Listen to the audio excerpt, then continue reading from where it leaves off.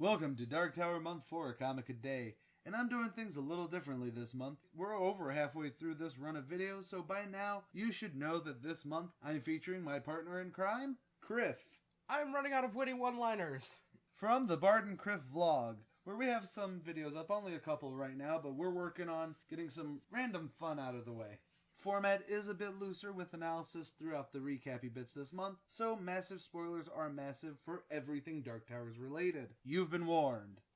We open with Court seeing all those he had trained in the past, as well as presently. All save for the imprisoned Roland. He admits that Roland was his best student, though I'm sure that could be the fact that Roland is technically the one telling us this story, so he kind of embellished it to be, he said I was the best. Yeah, but I mean, it's also Roland. That's kind of why it's He's not one for, self-filleting. But honestly, it's a good scene about him continuing to teach them all Kilowog style, even at death's door, not about crying and... Yeah, you gotta tough it up and be a man that even though, the man who they've spent most of their life with is on death's door and they're never gonna see him again, to not be little bitches.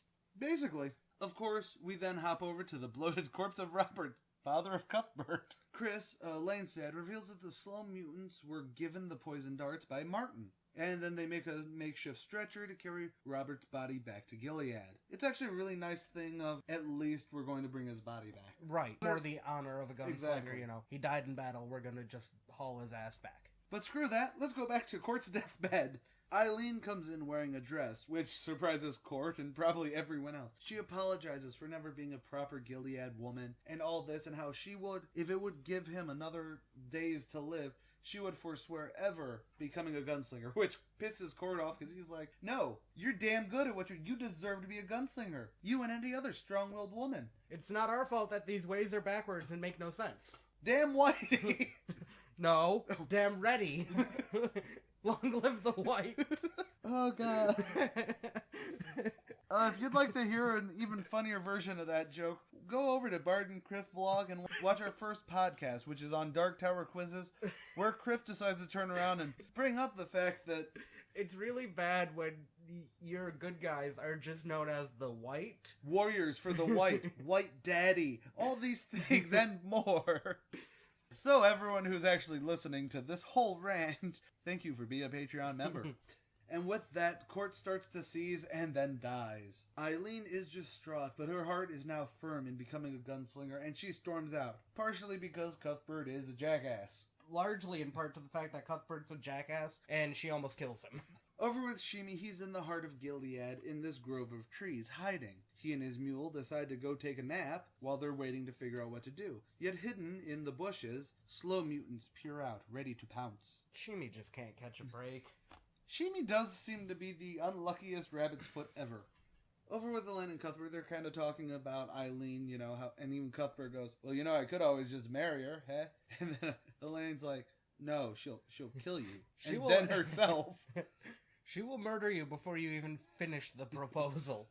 But although their kids would be some really pretty looking kids, because they look exactly alike. Oh, man. So, their talk is interrupted with Shimi screaming. They draw their guns and race into the grove of trees, where they kill two slow mutants trying to eat Shimi and his mule. Of course, they save him, obviously. And Shimi it's Shimi, you gotta save him. And Shimi, with tears in his eyes, hug his saviors and friends. They really don't question the slow mutants, assuming that they came in through the sewer to just eat. Right, just find some random cattle or something like that, because that's what slow mutants tend to do. But of course, we may find out later that it's not so much that we find out later, it's that we can put two and two together. Right. With Martin having, given the poison darts to the slow mutants out there, then most likely he's getting them in here. Right. I also like the fact that Cuthbert and Elaine don't really question the fact that Shimi's just randomly in Gilead. They do take him into the kitchen to go, hey, brah, what you doing here? But that's interrupted by Stephen walking into the kitchen to talk to Cuthbert. Which I actually like, because Cuthbert's like, oh no, this is about that Mariana thing from last week. No. She wanted it. It meant nothing. Yeah, he thinks he's in serious trouble because, well, let's face it, it's Cuthbert. He got laid and Cuthbert can't catch a break, so... But no, it's about giving him his father's guns and seeing his father's body. Which I actually really like it because it is kind of Cuthbert finally understanding where Eileen was coming from when Court died and her, emotional state and everything. It's a good just juxtaposition that I really enjoy. Right, and I also like the fact that there's no words spoken between them. It's just the handing of the guns and Cuthbert and there instantly is some knowing... narration, but it just expounds the scene more than trying to make Cuthbert, Right, but the fact that Stephen doesn't say anything, Cuthbert doesn't say anything, it's just the passing of the guns, and to know what that means, that you can instantly tell, even if we hadn't seen Robert shot, just by the artwork for that scene alone, you could tell what it meant. And to cap off this issue, a messenger dressed as a gunslinger comes to Vinay as he's preparing Court's body for funeral. But he doesn't have a message, he has a bullet. So he shoots Vinay dead. Well, he also has a gun. Touché! To sound like a broken record, I loved this. Yeah. This, while Fall has been a great climax to the stories before, and especially the death of Court in this, who was actually really far more set up as a character. I think I brought it up in... Yeah. Like, I was expecting him to not really hold much weight in these, just based off of how they over the portrayed last, him. 3 issues, just the last 3 issues, well, maybe, the end of Treachery 2, they really fleshed him out so he's not just, let's get down to business. Even as small of a character as Robert was, the power that his death held for Gilead, especially right on the tails of, losing their gunslinger trainer. You can definitely tell why Gilead's about to fall. Yeah. And tomorrow. So come back tomorrow where we get more of what's gonna happen. Bye-bye!